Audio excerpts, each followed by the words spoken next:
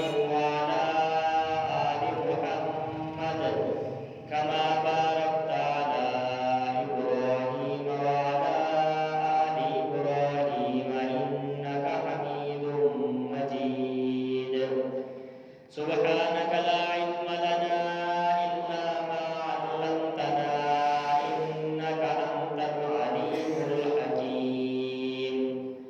رب اشرح لي صدري ويسر لي أمري واحلل عقدة من لساني يفقهوا قولي. رب زدني علما وعملا رب زدني علما وارزقني فهما. میرے واجب الاحترام برادران اسلام، معزز دوستوں، بزرگوں، آپ حضرات کے سامنے قرآن مجید فرقان حمید کی ایک آیت مبارکہ کا کچھ حصہ تلاوت کیا ہے۔ دعا ہے کہ اللہ رب العزت مجھے شرح صدر کے ساتھ حق اور سچ بیان کرنے کی ہمت اور توفیق عطا فرمائے۔ سننے سنانے کے بعد اللہ ہم سب کو اس پر عمل کی توفیق عطا فرمائے۔ سامعین محترم، اللہ تعالیٰ نے اس آیت مبارکہ کے اندر مساجد کی عظمت کو ذکر فرمایا ہے۔ مساجد یہ ایک ایسی پاکیزہ جگہ ہے جہاں پر انسان اللہ کو یاد کرتا ہے، اللہ کی توحید کا ذکر کرتا ہے، قرآن مجید کی تلاوت کرتا ہے۔ ان کی عظمت، ان کی فضیلت اللہ تعالیٰ نے قرآن مجید میں بھی ارشاد فرمائی ہے اور نبی کریم صلی اللہ علیہ وآلہ وسلم نے احادیث طیبہ میں بھی ارشاد فرمائی ہے۔ اللہ تعالیٰ قرآن مجید میں فرماتا ہے، فرمایا وَأَنَّ الْمَسَاجِدَ لِلَّهِ فَلَا تَدْعُوا مَعَ اللَّهِ أَحَدًا۔ یہ مساجد یہ اللہ کے لیے ہیں اور اللہ کے ساتھ کسی کو شریک نہیں ٹھہرانا چاہیے۔ یعنی جو مساجد ہیں جہاں پر اللہ کی عبادت کی جاتی ہے،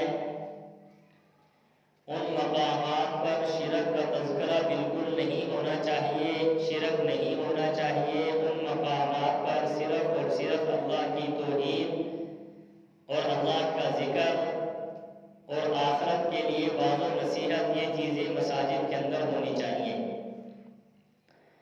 ہمارے نبی سرور کائنات صلی اللہ علیہ وسلم نے اعلان نبوت فرمایا۔ جب 40 سالہ عمر کے اندر اللہ نے آپ کو نبی بنایا تو سرور کائنات صلی اللہ علیہ وسلم نے کعبۃ اللہ کے اندر مشرکین مکہ نے 360 بت رکھے ہوئے تھے، اور وہ بت اور شکلیں کوئی عام نہیں تھی، بلکہ کوئی شکل حضرت ابراہیم علیہ السلام کی شکل پہ بنائی ہوئی تھی، کوئی بت حضرت اسماعیل ذبیح اللہ علیہ السلام کی شکل کا انہوں نے بنایا ہوا تھا، کوئی کسی نبی کے شکل پر بتوں کو بنایا ہوا تھا۔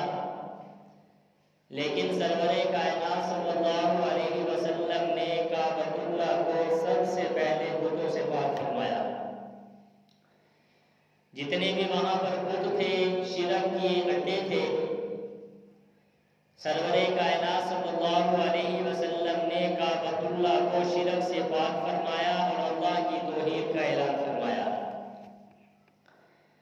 جو مساجد ہیں یہ صرف اللہ کے لیے ہیں، یہ مساجد اللہ کا گھر ہیں۔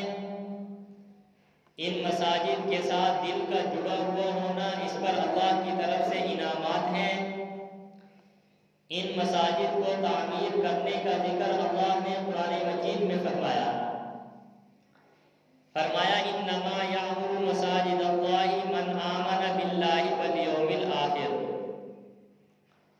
مساجد کو تو صرف وہ لوگ آباد کرتے ہیں جو لوگ اللہ پر ایمان لاتے ہیں اور آخرت کے دن پر ایمان لاتے ہیں وہ لوگ مسجدوں کو آباد کرتے ہیں، مسجد کو تعمیر کرتے ہیں۔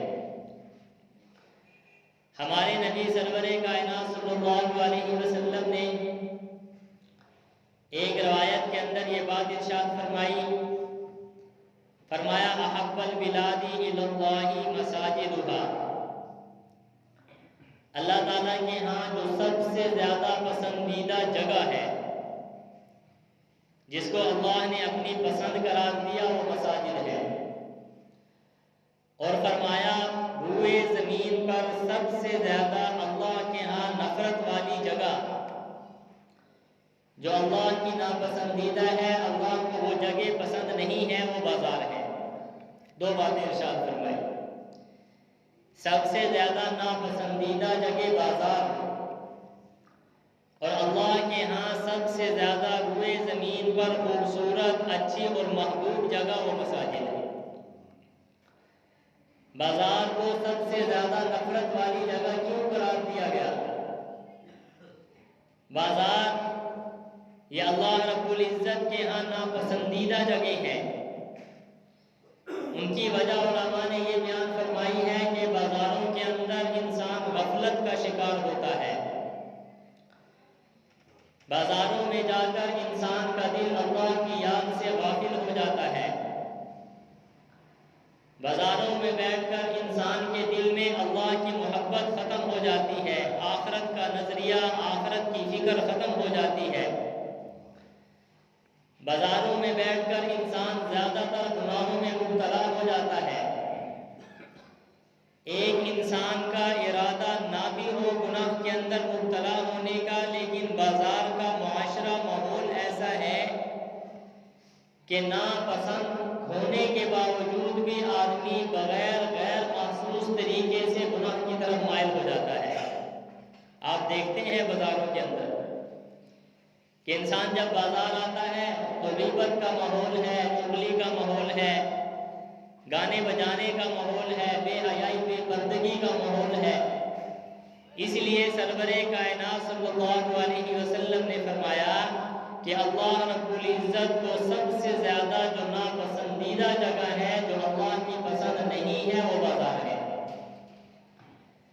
اور اس کے مقابلے میں فرمایا روئے زمین پر سب سے زیادہ جس جگہ کو اللہ پسند فرماتے ہیں، اللہ رب العزت کی محبوب جگہ، پسندیدہ جگہ، وہ مساجد ہے۔ احب البلاد الی اللہ مساجدھا، مساجد کو سب سے زیادہ محبوب جگہ کیوں کہا گیا؟ علماء نے لکھا ہے کہ مساجد میں آ کر انسان کا ذہن اللہ رب العزت کی طرف متوجہ ہو جاتا ہے۔ مساجد میں بیٹھ کر انسان عبادت کے اندر مشغول ہو جاتا ہے۔ مساجد میں بیٹھ کر انسان کو آخرت کی فکر لگتی ہے، دنیا سے نفرت پیدا ہوتی ہے۔ مساجد میں آنے کے بعد انسان دین کی باتیں کرتا ہے، اللہ کے احکامات کو سیکھتا ہے، لوگوں کو سکھاتا ہے۔ اسی لیے سرور کائنات صلی اللہ علیہ وسلم نے فرمایا احب البلاد الی اللہ مساجدھا، اللہ کے ہاں جو سب سے زیادہ پسندیدہ جگہ ہے، جو اللہ کو محبوب ہے، وہ مسجدیں ہیں۔ سرور کائنات صلی اللہ علیہ وسلم نے ایک مثال ارشاد فرمایا جو مومن آدمی ہے جس کو اللہ کے ساتھ محبت ہے، فرمایا جب وہ مسجد میں آتا ہے اس کو یوں سکون محسوس ہوتا ہے جیسا کہ مچھلی کو پانی میں محسوس ہوتا ہے سکون۔ اب اندازہ لگائیں کہ مچھلی کو اگر پانی سے نکال دیا جائے تو مچھلی کے اندر بے چینی، تڑپ، بے سکونی پیدا ہو جاتی ہے،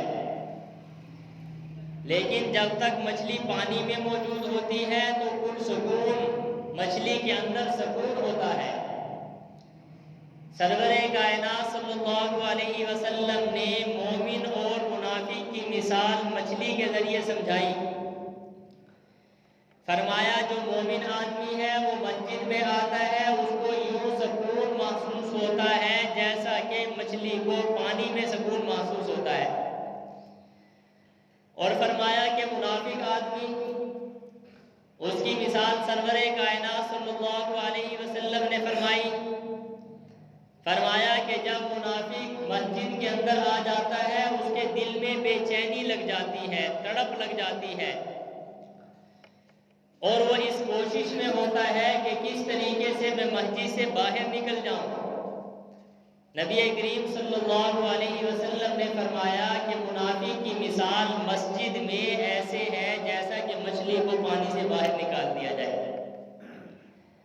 اب مچھلی جب پانی سے باہر ہوتی ہے بے چینی ہے، تڑپ ہے، تو سرور کائنات صلی اللہ علیہ وسلم نے مسجد کے ساتھ تعلق کو، مسجد میں بیٹھ کر سکون حاصل کرنے کو فرمایا یہ خالصتاً مومن ہونے کی علامت قرار دیا، اور فرمایا کہ مسجد میں بیٹھ کر بے چین ہونا، مسجد سے جلد نکلنے کی کوشش کرنا، فرمایا یہ علامات ایسے ہیں جیسا کہ اس انسان کے دل کے اندر پختہ ایمان نہیں ہے۔ سرور کائنات صلی اللہ علیہ وسلم نے اس کو منافق قرار دیا۔ سامعین محترم، مساجد کا تعمیر کرنا یہ اہل ایمان کی علامت ہے، اور ان لوگوں کی علامت ہے جو آخرت پر ایمان رکھتے ہیں۔ اللہ تعالیٰ فرماتے ہیں انما یعمر مساجد اللہ من آمن باللہ والیوم الآخر، فرمایا مساجد کو وہی لوگ آباد کرتے ہیں، وہی لوگ تعمیر کرتے ہیں جن کے دلوں کے اندر اللہ کا ایمان ہے، اور سرور کائنات صلی اللہ علیہ وسلم پر ایمان ہے، اور آخرت کے دن پر ایمان ہے۔ سامعین محترم، اگر تاریخ دیکھا جائے تو مساجد کو تعمیر کروانا یہ انبیاء کرام علیہ السلام کا طریقہ اور شیوہ رہا ہے۔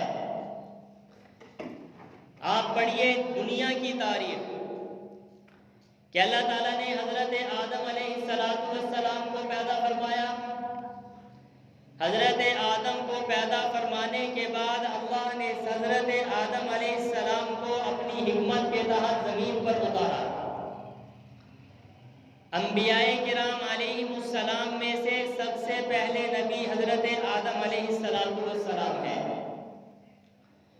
جب آپ زمین پر اتارے گئے تو قرآن مجید کہتا ہے ان اول بیت وضع للناس للذی ببکۃ مبارکا وہدی للعالمین،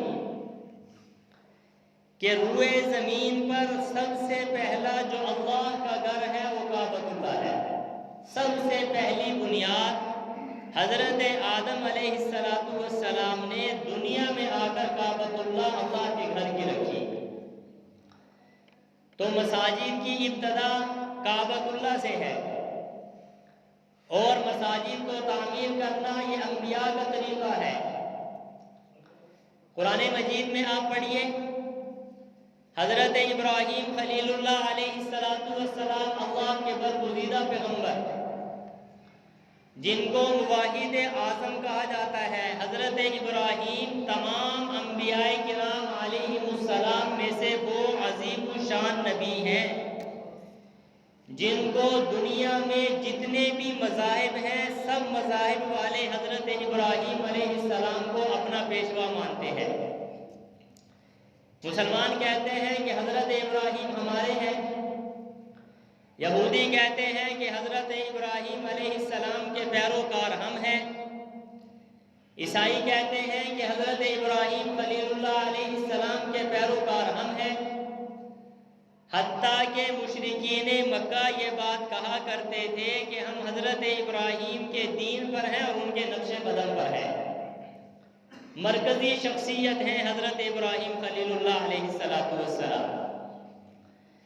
حضرت آدم نے اللہ کے گھر کو تعمیر فرمایا، نوح علیہ السلام کا زمانہ آیا، طوفان آیا، سیلاب آیا، کعبۃ اللہ کی دیواریں منہدم ہو گئی۔ اس اللہ کے گھر کو دوبارہ تعمیر کرنے والے وہ حضرت ابراہیم خلیل اللہ علیہ السلام ہیں۔ قرآن مجید میں اس کا ذکر ہے وَإِذْ يَرْفَعُ إِبْرَاهِيمُ الْقَوَاعِدَ مِنَ الْبَيْتِ وَإِسْمَاعِيلُ رَبَّنَا تَقَبَّلْ مِنَّا إِنَّكَ أَنْتَ السَّمِيعُ الْعَلِيمُ۔ پہلے سپارے کے اندر ذکر ہے وقت کے برگزیدہ پیغمبر، اللہ کے خلیل، اللہ کی محبت میں اپنی جان، اپنا مال، اپنی اولاد لٹانے والے حضرت ابراہیم علیہ السلام ہیں۔ آپ تاریخ پڑھیں، قرآن مجید کا مطالعہ کریں۔ اللہ کے حکم سے دریا آگ میں ڈال دیے گئے، اللہ کے حکم سے معصوم بچے کو جنگل بیابان میں چھوڑ کر آ گئے۔ پھر جب اللہ کا حکم ہوا کہ میرا گھر تعمیر کرو تو اللہ کا برگزیدہ پیغمبر خود پتھروں کو اٹھا رہا ہے، اور اللہ کا برگزیدہ پیغمبر حضرت اسماعیل ذبیح اللہ، اور خود پتھروں کو اٹھا کر اپنے والد محترم حضرت ابراہیم کو دیتے ہیں، اور حضرت ابراہیم خلیل اللہ علیہ السلام اللہ کے گھر کی تعمیر کرتے ہیں۔ مساجد کا تعمیر کرنا یہ انبیاء کرام علیہ السلام کا طریقہ ہے۔ آپ تاریخ پڑھیے، سیرت کا مطالعہ کیجئے۔ ہمارے نبی سرور کائنات صلی اللہ علیہ وسلم کی عمر مبارکہ 35 سال ہوئی، کعبۃ اللہ کو دوبارہ تعمیر کیا جانے لگا۔ خود سرور کائنات صلی اللہ علیہ وسلم نے پتھروں کو اٹھایا اور کعبۃ اللہ کی تعمیر میں حصہ لیا۔ بیت المقدس آپ سن رہے ہیں آج کل اسرائیل کے قبضے میں ہے۔ بیت المقدس جو ہے، اس کو پہلی تعمیر حضرت آدم نے فرمائی، دوسری تعمیر اللہ کے برگزیدہ پیغمبر جن کو اللہ نے نبوت بھی عطا فرمائی اور بادشاہت بھی عطا فرمائی۔ پوری دنیا کے اندر 4 بادشاہ ایسے ہیں جنہوں نے پوری دنیا پر حکومت کی ہے۔ ان 4 بادشاہوں میں سے ایک بادشاہ حضرت سلیمان علیہ السلام بھی ہے۔ حضرت سلیمان علیہ السلام نے بیت المقدس کو تعمیر فرمایا، جو اللہ کے برگزیدہ پیغمبر تھے اور پوری دنیا کے بادشاہ تھے۔ ہمارے نبی سرور کائنات صلی اللہ علیہ وسلم تشریف لے گئے۔ ہمارے نبی کے جانے کے بعد صحابہ اکرام رضوان اللہ تعالی علیہم اجمعین نے مساجد کی تعمیر کا سلسلہ شروع فرمایا۔ حضرت عمر رضی اللہ تعالیٰ عنہ کا زمانہ آیا۔ حضرت عمر رضی اللہ تعالیٰ عنہ نے اپنے دور حکومت کے اندر 4000 مساجد کو تعمیر کروایا۔ اندازہ لگائیں، 4000 مساجد حضرت عمر فاروق امیر المومنین خلیفہ ثانی سرور کائنات صلی اللہ علیہ وسلم کے سسر حضرت عمر فاروق رضی اللہ تعالیٰ عنہ نے 4000 مساجد کو تعمیر کروایا۔ یہ صحابہ کا شیوہ رہا ہے مساجد کو تعمیر کروانا۔ ان 4000 مساجد میں سے 500 مساجد ایسی تھی جن مساجد کو جامع مسجد کہا جاتا تھا، جمعے ہوتے تھے، اور آپ نے اپنے دور حکومت کے اندر مساجد تعمیر کروانے کے بعد وہاں پر ائمہ اکرام کو متعین فرمایا۔ اور پھر اندازہ لگائیں کہ اس وقت روشنی کا انتظام نہیں ہوتا، یہ بجلی نہیں تھی، سہولیات نہیں تھی۔ حضرت عمر فاروق رضی اللہ تعالیٰ عنہ نے ان مساجد کے اندر روشنی کروانے کے لیے تیل کا انتظام، چراغ کا انتظام یہ فرمایا۔ ہمارے نبی سرور کائنات صلی اللہ علیہ وسلم نے فرمایا کہ جس نے مسجد کے اندر روشنی کی، اللہ رب العزت اس کی قبر کو روشن فرمائیں گے۔ مسجد کے اندر چراغ جلانا، مسجد کے اندر روشنی کرنا، یوں سمجھیں کہ وہ انسان اپنی قبر کے اندر روشنی کا انتظام کر رہا ہے۔ حضرت عمر فاروق رضی اللہ تعالیٰ عنہ کا انتقال ہوا۔ آپ کی شہادت کے بعد حضرت علی کرم اللہ وجہہ نے بہترین دعا فرمائی۔ جب حضرت علی نے دیکھا کہ 4000 مساجد کے اندر امامت کا انتظام، بچوں کی تعلیم کا انتظام، 4000 مساجد کے اندر روشنی کا انتظام، حضرت علی رضی اللہ تعالیٰ عنہ نے ارشاد فرمایا کہ یا اللہ، عمر کی قبر کو ایسے نور کے ساتھ بھر دے جیسا کہ اس نے تیرے گھروں کے ساتھ روشنی کا انتظام فرمایا۔ یہ حضرت علی شیر خدا رضی اللہ تعالیٰ عنہ کے الفاظ تھے۔ تو مسجد کے ساتھ تعلق اور مسجد کے ساتھ محبت یہ مومن ہونے کی علامت ہے۔ ہمارے نبی سرور کائنات صلی اللہ علیہ وسلم نے فرمایا کہ جب تم کسی انسان کو دیکھو کہ اس کا تعلق مسجد کے ساتھ جڑا ہوا ہے تو فرمایا تم اس کے مومن ہونے کی گواہی دے دو کہ یہ پکا مومن ہے، صرف اتنی دلیل کافی ہے کہ وہ مسجد میں آتا جاتا ہے، بس یہ دلیل انسان کے مومن ہونے کے لیے کافی ہے۔ پھر اس گئے گزرے دور کے اندر اپنا تعلق مساجد کے ساتھ جوڑنا آپ یوں سمجھیں کہ اس پر اللہ کی خاص رحمت ہے اس انسان پر جو مسجد کے ساتھ اس گئے گزرے دور کے اندر جڑا ہوا ہے۔ معاشرہ انسان کو گناہ کی طرف بلاتا ہے، انسان کا نفس انسان کو گناہ کی طرف بلا رہا ہے، شیطان ہر جگہ انسان کے لیے مسجد میں جانے سے رکاوٹ بن رہا ہے۔ انسان کے دل میں لالچ، دنیا کی محبت، یہ ساری چیزیں انسان کے دل میں ہے، لیکن آپ غور کریں، یقین کریں، اور ایک انسان اتنا کچھ چھوڑ کر مسجد میں آ رہا ہے تو آپ یہ سمجھیں اس انسان پر خاص طور پہ اللہ کی رحمتوں کا نزول ہے اور اللہ رب العزت اسے دنیا اور آخرت میں نفع دینا چاہتے ہیں جو انسان مسجد کے ساتھ جڑا ہوا ہے۔ ہمارے نبی سرور کائنات صلی اللہ علیہ وسلم آپ نے ہجرت فرمائی مدینہ طیبہ کی طرف۔ سب سے پہلے سرور کائنات صلی اللہ علیہ وسلم نے جو مسجد کی بنیاد رکھی وہ مسجد قباء ہے۔ قرآن مجید میں مسجد قباء کا ذکر ہے۔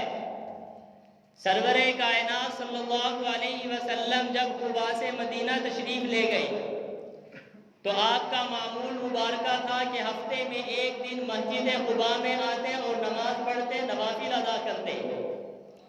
جب سرور کائنات صلی اللہ علیہ وسلم مدینہ تشریف لے گئے تو آپ نے وہاں پہ دوسری مسجد کی بنیاد رکھی، اس مسجد کو مسجد نبوی کہا جاتا ہے۔ روایات کے اندر آتا ہے سرور کائنات صلی اللہ علیہ وسلم نے پہلا پتھر اس مسجد کا خود رکھا، پھر ساتھ میں آپ صلی اللہ علیہ وسلم کے دو وزیر، سرور کائنات صلی اللہ علیہ وسلم کے دو وزیر دنیا کے اندر تھے۔ پہلے نمبر پہ حضرت ابو بکر اور دوسرے نمبر پہ حضرت عمر فاروق رضی اللہ تعالیٰ عنہ۔ فرمایا کہ دوسرا پتھر حضرت ابو بکر نے رکھا، تیسرا پتھر حضرت عمر نے رکھا۔ معلوم ہوا کہ سرور کائنات صلی اللہ علیہ وسلم کا جو معمول مبارکہ تھا وہ بھی مساجد کو تعمیر کروانے کا تھا۔ پھر آپ نے احادیث میں بڑی وضاحت فرمائی، فرمایا قیامت کا دن ہوگا، کوئی انسان وہاں کسی کو نہیں پوچھے گا، یہ بات آپ یقین کر لیں۔ جب قرآن مجید اللہ کا کہتا ہے، اللہ کا کلام کہتا ہے یوم یفر المرء من اخیہ وامہ وابیہ وصاحبتہ وبنیہ لکل امرئ منہم یومئذ شأن یغنیہ۔ فرمایا باپ بیٹوں سے بھاگتا پھرے گا، فرمایا بیٹے جو ہے وہ ماں سے بھاگتے پھریں گے، خامن بیوی سے جدا ہو جائے گا کہ کہیں مجھ سے نیکی نہ مانگ لے، کہیں مجھ سے کوئی نیک کام نہ کہہ دے۔ فرمایا کہ اس عالم کے اندر 7 آدمی ہوں گے جب کوئی سایہ نہیں ہوگا اللہ کے عرش کے نیچے۔ گرمی جو ہے یہ ہم سے برداشت نہیں ہوتی دنیا کی، آخرت کی گرمی، پھر اوپر سے جو آسمان کی طرف سے سورج ہوگا وہ آگ برسا رہا ہوگا۔ اس عالم میں کوئی سایہ نہیں ہوگا، نہ مکان کا سایہ، نہ درخت کا سایہ، نہ کسی ٹینٹ اور تمبو کا سایہ، صرف اللہ کے عرش کا سایہ ہوگا۔ سرور کائنات صلی اللہ علیہ وسلم نے فرمایا کہ 7 آدمی اللہ کے عرش کے سائے کے نیچے ہوں گے۔ ان 7 آدمیوں میں سے ایک وہ آدمی ہے جس کا دل اللہ رب العزت کے گھر مسجد کے ساتھ جڑا ہوا ہے۔ اس کو ہر وقت مسجد کی سوچ، ہر وقت اس کو خیال کہ میں نے مسجد میں جانا ہے۔ ایک نماز پڑھی پڑھنے کے بعد دوسری نماز کی فکر پیدا ہو گئی، دوسری نماز پڑھی، تیسری نماز کی فکر پیدا ہو گئی، رات کو سویا تو صبح مسجد میں جانے کی فکر پیدا ہو گئی، اٹھا فجر کی نماز پڑھی تو ظہر کی فکر پیدا ہو گئی۔ جس انسان کا تعلق اور دل مسجد کے ساتھ اٹکا ہوا ہے، نبی کریم صلی اللہ علیہ وسلم نے فرمایا کہ وہ قیامت والے دن اللہ کے عرش کے سائے کے نیچے ہوگا۔ اندازہ لگائیے کتنی بڑی بات ہے، کوئی معمولی بات نہیں ہے۔ مشکل وقت میں انسان کو علم ہوتا ہے کہ یہ ہمارے ساتھ کتنا نفع ہوا ہے۔ سامعین محترم، پھر مسجد کی صفائی کرنا، مسجد کے اندر اذان دینا، مسجد کے اندر امامت کروانا، مسجد کے ساتھ تعمیر اور ترقی کرنا، یہ ساری چیزیں ایمان ہونے کی علامت ہے، مومن ہونے کی۔ سرور کائنات صلی اللہ علیہ وسلم کے زمانہ میں ایک عورت مسجد نبوی میں جھاڑو دیا کرتی تھی۔ فرمایا روزانہ آتی، مسجد میں جھاڑو دیتی، چلی جاتی۔ اتفاق ایسے ہوا کہ اس کا انتقال ہو گیا۔ کچھ دن وہ نہیں آئی، نبی کریم صلی اللہ علیہ وآلہ وسلم نے پوچھا کہ وہ عورت جو مسجد کی صفائی کے لیے آتی وہ کہاں ہے؟ صحابہ نے فرمایا کہ اللہ کے نبی اس کا انتقال ہو گیا، وہ دنیا سے چلی گئی، اس کو دفنا دیا گیا۔ نبی کریم صلی اللہ علیہ وآلہ وسلم اس عورت کی قبر پہ تشریف لے گئے۔ اندازہ لگائیے، تمام انبیاء کرام علیہ السلام کے سردار اس عورت کی قبر پر تشریف لے گئے اور آپ صلی اللہ علیہ وسلم نے وہاں پر کھڑے ہو کر اس عورت کے لیے دعائیں مغفرت فرمائی۔ کتنی بڑی فضیلت کی بات ہے۔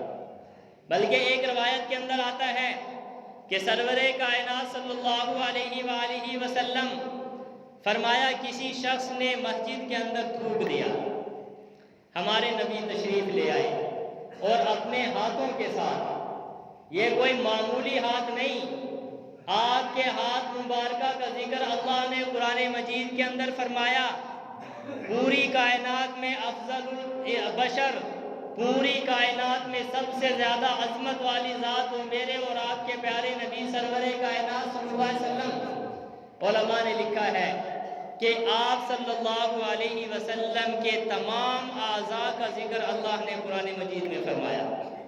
آنکھوں کا ذکر بھی قرآن مجید میں، ہاتھوں کا ذکر بھی قرآن مجید میں، سرور کائنات صلی اللہ علیہ وسلم کے پاؤں کا ذکر بھی قرآن مجید میں، آپ کے دل اور سینے کا ذکر بھی اللہ نے قرآن مجید میں فرمایا۔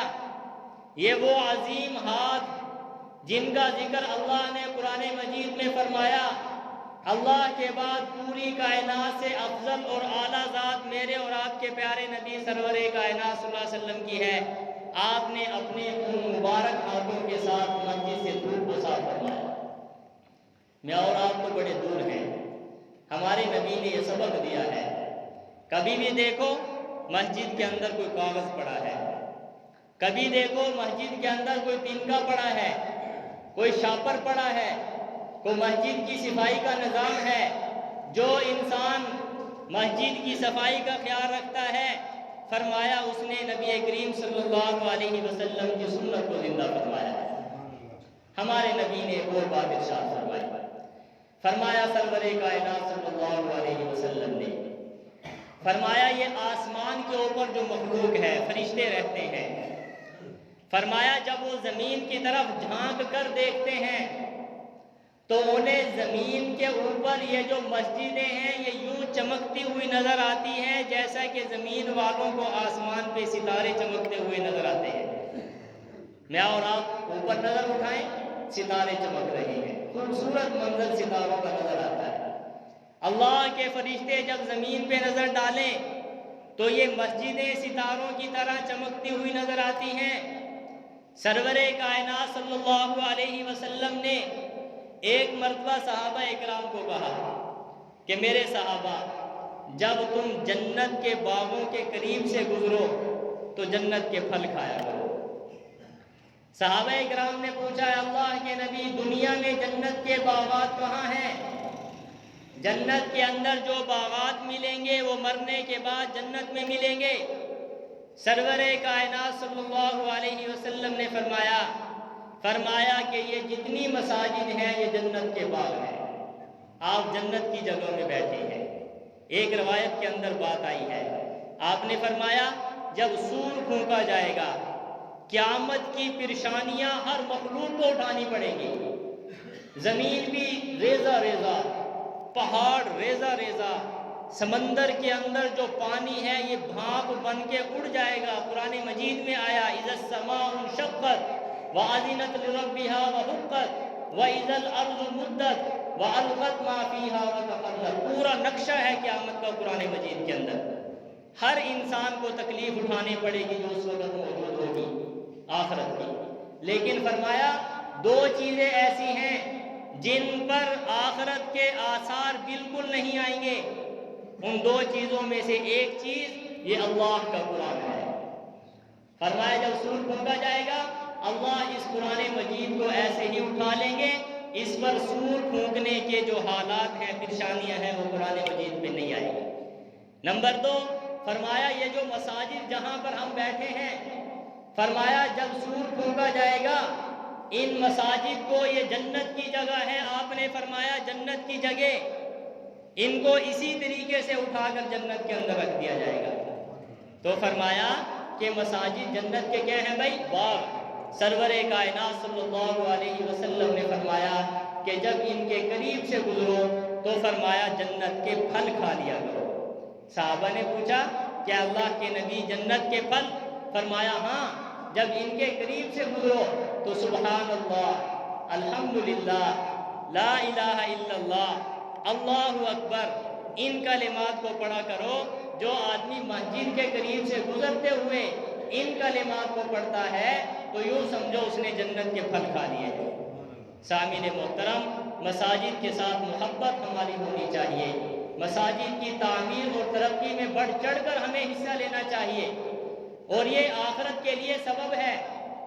انسان کو میں آپ کو ایک مثال دیتا ہوں، یہ ہماری اپنی جامع مسجد ہے، تقسیم سے پہلے کی ہے، ہمیں نہیں معلوم کہ اس کی بنیاد کس نے رکھی ہوگی۔ یہ 70-80 سال کا سلسلہ چل رہا ہے، وہ لوگ دنیا سے چلے گئے، کسی نے کوئی اینٹ لگوائی، کسی نے کوئی لیڈ لگوائی، کسی نے فرش لگوا دیا، دینے والا بھول جاتا ہے، لیکن مرنے کے بعد آپ کے والدین نے پتہ نہیں کس کس نے یہاں پہ تعاون کیا، مرنے کے بعد یہ سلسلہ اب نماز پڑھیں گے، تلاوت کریں گے، بچے جہاں پہ تعلیم حاصل کر رہے ہیں، مرنے کے بعد ان تک کوئی ایصال ثواب کرے یا نہ کرے، یہ ایسا ایصال ثواب ہے جو ہمیشہ ہمیشہ کے لیے ہے اور صدقہ جاریہ ہے۔ سامعین محترم، آپ کی مسجد جو ہے یہ جامع مسجد ہے، اللہ کے فضل و کرم سے یہاں پہ دین کا ایک بول بالا ہوا ہے۔ آپ یاد رکھیں کہ اس مسجد کے اندر وہ بزرگ آئے ہیں جن کو ہمارے بڑوں کی آنکھوں نے دیکھا ہے، ہم نے نہیں دیکھا۔ ایسے ایسے اولیاء اللہ یہاں پہ دین کی بات کر کے گئے ہیں۔ تو آپ کی مسجد کا کام شروع ہے، وضو خانہ بھی بنانا ہے، اور نماز کے لیے سب سے پہلی شرط طہارت ہے۔ طہارت ٹھیک ہوگی، سارے اذکار ٹھیک ہیں۔ اگر طہارت ٹھیک نہیں ہے تو ساری کی ساری نماز بالکل ٹھیک نہیں ہوتی۔ تو اس لیے آپ حضرات نے بھرپور ہمت سے کام لینا ہے۔ لوگ وضو کریں گے، نماز پڑھیں گے، اللہ کا ذکر کریں گے، میں اور آپ دنیا سے چلے جائیں گے، نہ جانے قیامت تک کتنے لوگ چلتے ہی چلے جائیں گے۔ یہ نہیں ہے کہ آج پہلے ہمارے والد محترم تھے، ان کی سوچ تھی کہ ہر جگہ مسجد تعمیر ہو جائے، اللہ کے فضل سے جگہ جگہ انہوں نے مسجدیں تعمیر کروائی، اور فرمایا کرتے تھے کہ یہ مساجد جو ہیں یہ ایمان کی چوکیاں ہیں، چوکیاں مثال دیا کرتے تھے۔ فرمایا کسی شہر کے اندر داخل ہونے سے پہلے پولیس کی چوکی ہوتی ہے، وہ چوکی کا مطلب کہ کوئی چور، ڈاکو، مشتبہ افراد اندر داخل نہ ہو جائیں۔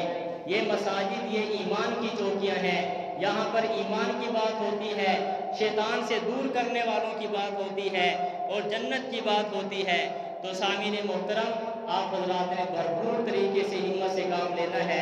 چھت کے لیے جو ہے ہمیں صرف 60 ٹیاروں کی ضرورت ہے، تو ایک ٹیار جو ہے وہ 6000 روپے کی ہے۔ اگر آپ میں سے کوئی کھڑا ہو جائے تو ابھی لکھوانا چاہے تو آسانی ہو جائے گی، ورنہ آپ حضرات نے ذہن میں رکھنا ہے کہ 60 تیاروں کی ضرورت ہے. اور ایک بات یاد آپ نے رکھنی ہے کہ یہ جو ہم مانگتے ہیں نا، یہ اللہ کے لیے مانگتے ہیں اور اللہ کے گھر کے لیے مانگتے ہیں. اپنے گھر کے لیے بالکل ہم نے کبھی کسی سے سوال نہیں کیا کہ ہمیں 1000 روپے قرض دے دو یا ہمیں 1000 روپے جو ہے ہماری مدد کر دو. اللہ کے فضل سے والد محترم نے جو ہے ایسا کیا، نہ ہم کریں گے انشاءاللہ. یہ ساری چیزیں جو ہیں ہمارا حق بنتا ہے. تو آپ حضرات سے گزارش ہے کہ 60 تیاروں کا انتظام کرنا ہے. اللہ رب العزت ہمیں بھرپور طریقے سے مساجد کی خدمت کرنے کی توفیق عطا فرمائے. وآخر دعوانا ان الحمدللہ رب العالمین.